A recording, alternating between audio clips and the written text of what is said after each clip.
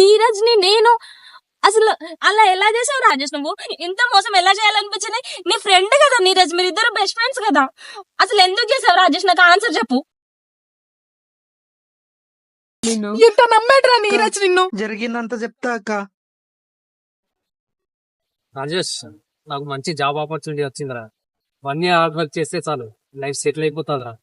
కానీ ఈ విషయం సుప్రియకు నువ్వే ఎలాగోలా చెప్పి ఒప్పించాలిరా.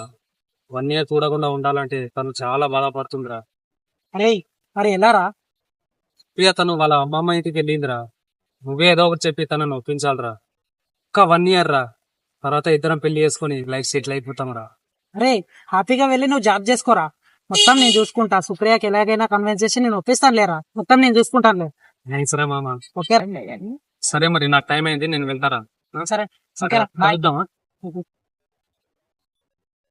వెళ్ళురా, మొత్తం నేను చూసుకుంటానులే ఇంకా.